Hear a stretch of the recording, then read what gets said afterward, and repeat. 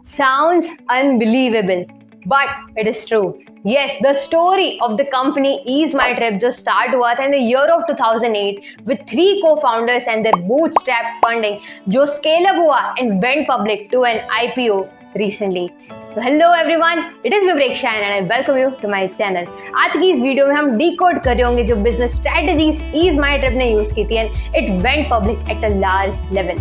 So basically, the idea of Ease My Trip started when in the year of 2008 when the 3 of co-founders were working with the B2B companies.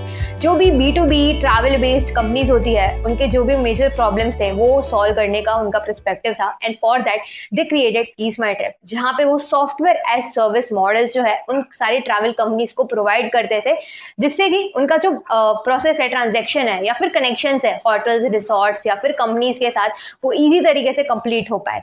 Because एक travel agency अगर कोई start करता है उसको multiple factors और parameters consider करने रहते हैं विच वो very difficult at that time. Just imagine 2008 के टाइम में जब इतनी ज़्यादा टेक्नोलॉजी और इंटरनेट उस टाइम नहीं था तो तब उन्होंने एज अ सर्विस ये मॉडल उनको पिच किया था and this was actually penetrated at a large level जिससे उनको पता चला कि एक्चुअल में ट्रैवल इंडस्ट्री में इस पर्टिकुलर चीज़ की डिमांड है.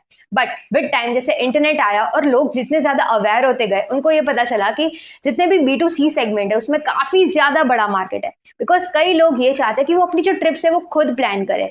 कई लोग अपने जो ट्रैवल एजेंट्स है उनको कमीशन नहीं देना चाहते. Basically they want to go on a trip on their own by themselves. उनको पूरा खुद क्रिएट करना है, पूरा खुद क्यूरेट करना है. तो इसको ध्यान में रखते हुए they decided to shift their market from B2B जहाँ पे वो डायरेक्टली ट्रैवल एजेंट्स को पहले सर्व करते थे डायरेक्टली इनटू B2C सेगमेंट जहाँ पे वो डायरेक्टली कस्टमर्स को अपनी जितनी भी सर्विसेज है starting from hotel booking, flight booking और ट्रैवल प्लान्स वो सारे अपने कस्टमर्स को सर्व करते थे.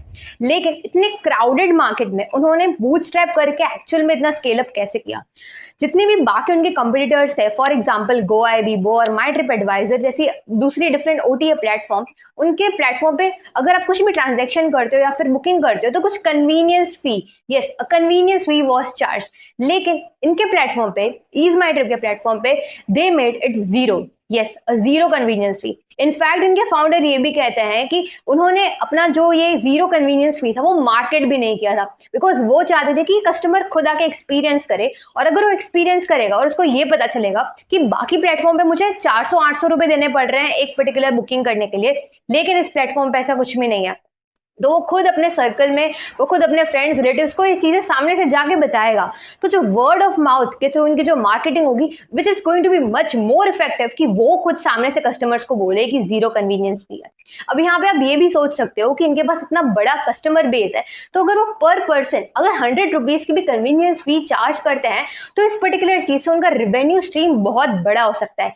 लेकिन नहीं, ऐसा उन्होंने नहीं किया बिकॉज वो ये चाहते थे कि अगर वो अपने आप को बाकी कंपिटिटर से कम प्राइस करेंगे तो एक ऐसे चीप ऑप्शन ओपन हो जाएगा. लाइक लोगों के माइंडसेट में एक चीप ऑप्शन की तरह उभर के आएगा तो उसकी वैल्यू उतनी ज्यादा नहीं होगी जो अगर वो कॉल जीरो करके बिना बताए कस्टमर्स को वर्ड ऑफ माउथ से पता चलने देंगे. तो this was a one amazing marketing tool which was being used by removing the convenience fee on their platform. Secondly जब कोविड टाइम था तब भी they were running on that OTA business तो ऐसे कई सारे फ्लाइट्स थे, कई सारी बुकिंग्स थी जो कैंसिल करनी पड़ी थी. लेकिन जो बाकी OTA प्लेटफॉर्म्स है अगर आप उस पर कैंसिल करते भी हो तो उसमें आपको एज अ कस्टमर आपको एज अ कस्टमर रिफंड नहीं मिलता easily.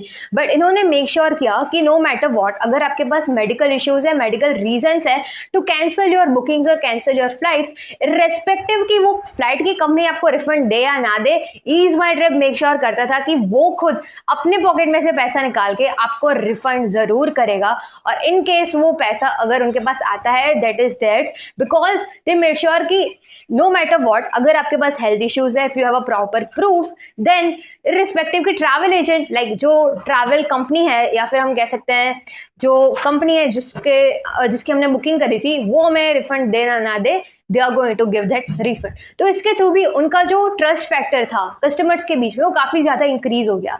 In fact there was a question कि अगर इस तरह से लोग बुकिंग कर रहे हैं और इररिस्पेक्टिव ऑफ डिफरेंट रीजंस अगर वो कैसे भी अपने मेडिकल रिपोर्ट्स लाके बता रहे हैं तो एक काइंड ऑफ मिसयूज हो जाएगा राइट प्लेटफॉर्म का. बट दे स्ट्रांगली बिलीव्ड कि अगर हम किसी पे ट्रस्ट कर रहे हैं, they are again to trust us, they are going to आ रहा है कि ट्रस्ट फैक्टर कितना बड़ा इंपॉर्टेंट रोल प्ले करता है in any particular business. You give trust to your users are going to trust your company back.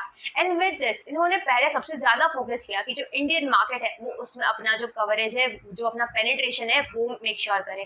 And उसके बाद उन्होंने आज के टाइम में काफ़ी ज़्यादा अपना इंटरनेशनल बिजनेस भी ग्रो किया है जहाँ पे उनको high ticket clients, high ticket customers मिल रहे हैं. Because in Indian market people are more cost sensitive and they also focus cost on a major factor अगर वो कुछ भी खरीद रहे तो.